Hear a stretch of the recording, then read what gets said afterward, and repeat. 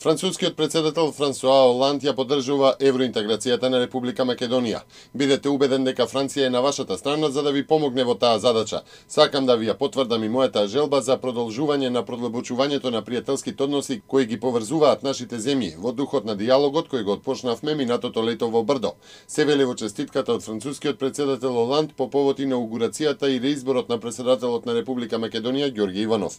На состанокот во Брдо кај Крањ, Оланд лани изјави дека Франција сака да помогне да се изнајде решение за проблемот меѓу Македонија и Грција, имајќи ги предвид добрите односи кои таа ги има со Грција.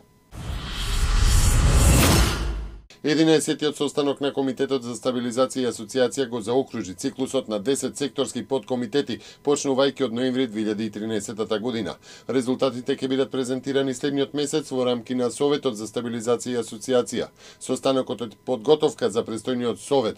Преку комитетот и неговите помошни тела, Европската комисија ја креира оценката за напредокот кој Македонија го постигнува во исполнувањето на критериумите за членство и коректноста во имплементацијата на договорените обврски преземени со спогодбата за стабилизација и асоциација, се вели во соопштението од Секретаријатот за европски прашања. Министерот за надворешни работи Никола Поповски во Лондон учествува на глобалниот самит за запирање на сексуалното насилство за време на конфликт, на кој присуствуваат државници и високи представници од над 140 држави во светот. Поповски ќе има свое обраќање во панелот постигнување напредок преку учество на жените. Инаку грчките власти одбија учество на глобалниот самит во Лондон затоа што нашата земја учествува под името Република Македонија. Иако на самитот нема грчки представник, локалните медиуми јавуваат за случувањата во Лондон, констатирајќи дека грчкото неприсуство е голем пропуст, пренесува Мија од Датина.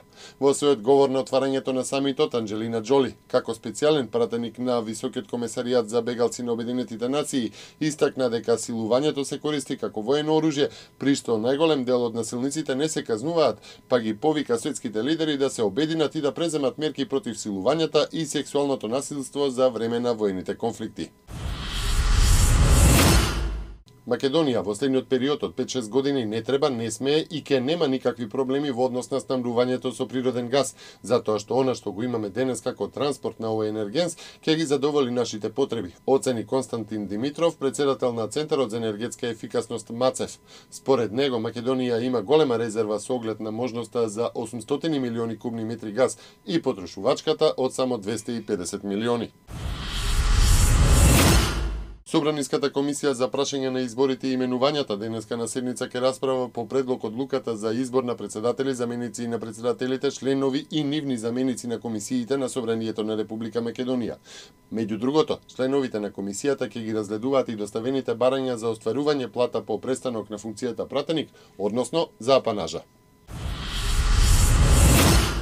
Управата за јавни приходи на својата веб страница ја објави првата листа на компании и граѓани кои на државата и должат парични износи по основ на ДДВ, данок на добивка, персонален данок на доход, придонеси од задолжителното социјално осигурување, акцизи и царини.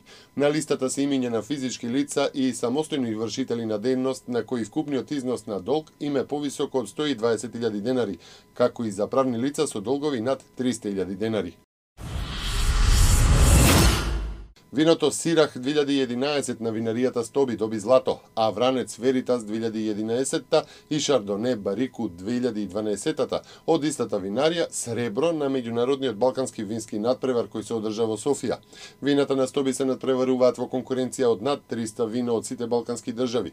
Оценувачите на квалитетот на вината беа познатите сомелиери и вински експерти од светски ранг како Каролин Гилби, Род Смит и Константинос Лазаракис.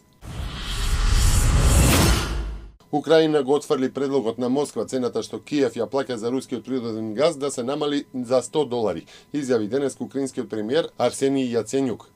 Украина сака измена на договорот меѓу домашната енергетска компанија Нафтогаз и рускиот производител Газпром, а Киев треба да плаќа пазарна цена за рускиот газ.